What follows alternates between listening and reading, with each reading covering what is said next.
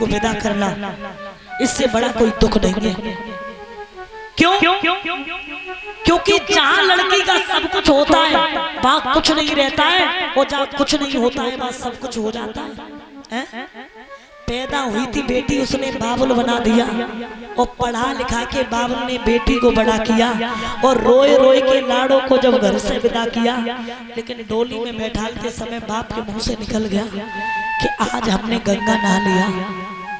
इस समाज में बैठे लोग एक बात बताना, क्या लड़की बाप के लिए कोई पाप है जो बाप के मुंह से निकल जाता है आज हमने गंगा नहा लिया? लड़की पाप है क्या? बताओ, पाप है। तुम्हारी लड़की स्कूल में पढ़ने के लिए गई और किसी लड़के ने छेड़ दी तो समझ लेना तहलका मच जाता है, यहाँ लड़की बाप के लिए पाप है। और तुम्हारी लड़की किसी लड़के के चुंगल में फंस के घर को छोड़ कर चली गई तो अच्छाई एक कोस दूरी पे भी नहीं पहुंच पाती है, बुराई हजारों कोस दूरी पर पहुंचती है। क्योंकि ये दुनिया वो है, सुख में आगे और दुख में पीछे। बारात जाती है तो दूल्हा आगे जाता है या पीछे? कहाँ जाता है? बारात जाती है, दूल्हा कहाँ आगे जाता है या पीछे? आगे जाता है।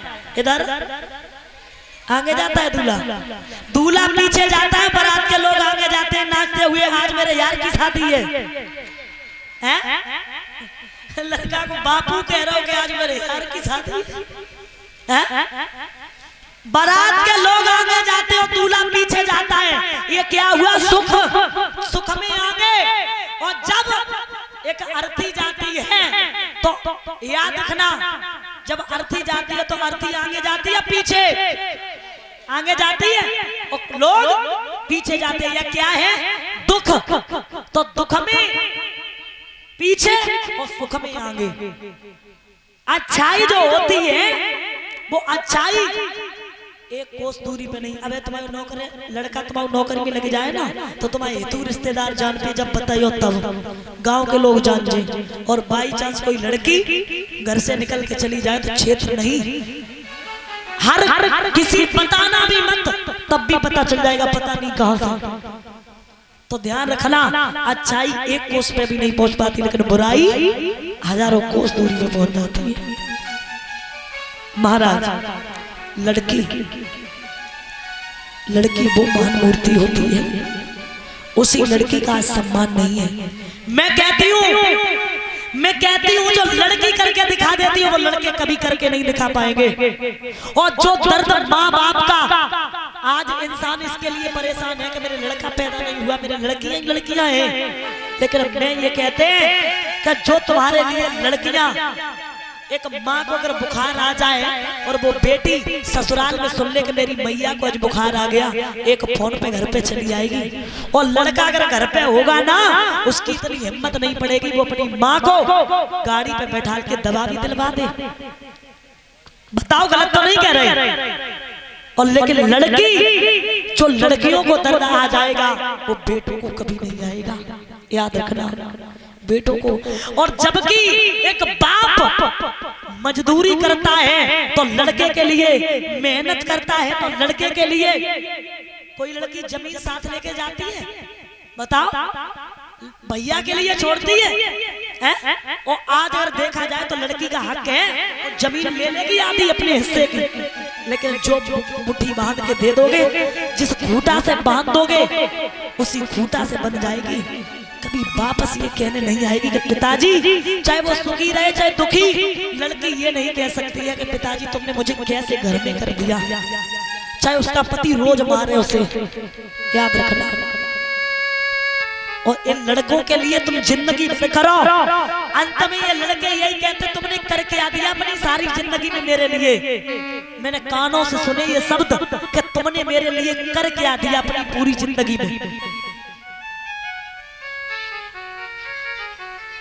एक बेटी जब ससुराल के लिए जाती है तो ध्यान रखना, नए लोगों को छोड़ना, अपने पुराने लोगों को छोड़ना, माता पिता चाचा चाची सबको छोड़ना और नए लोगों में निभाना मुश्किल पड़ जाता है।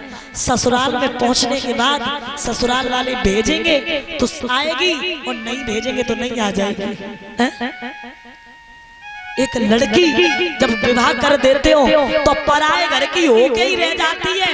ए बुजुर्ग, आप सच बताना, तुम्हारा बेटा सुबह घर से चला जाए और शाम को लौट के ना आए तो तुम्हें कैसा लगता है? बोलो, कैसा लगता है? लेकिन बेटियां पराए घर की होके रह जाती हैं। बाहरे भगवान, क्या है तेरा इशू जो तूने लड़कियों को। जब देवकी की विदाई हो रही है, एक बाप, जिस बाप के पास 2 रुपए ना हो और जिस दिन लड़की की विदाई करता है उस दिन पता नहीं उसके बाप के पास रुपए कहां से आता है, पता नहीं रुपए कहां से आ जाता है।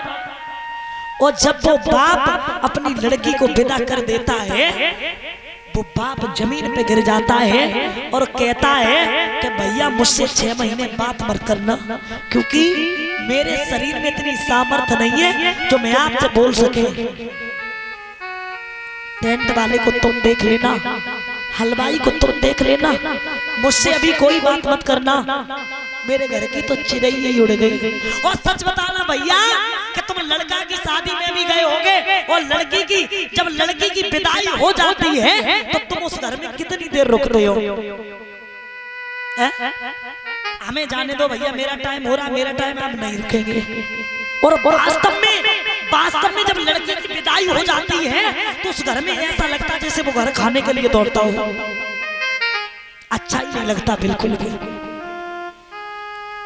आज देवकी की विदाई हो रही तो देवकी घर का कमरा देख रही, ये मेरे चाचा, ये मेरी चाची यहाँ में पड़ी, इतनी बड़ी हुई और इसे छोड़ के जाना, और बुरी तरीके से रो रही।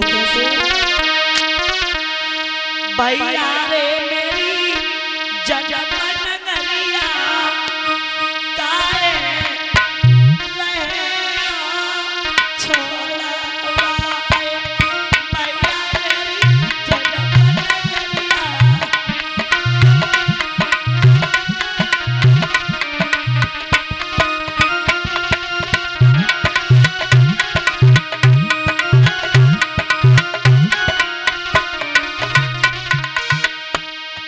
बुलाई नहीं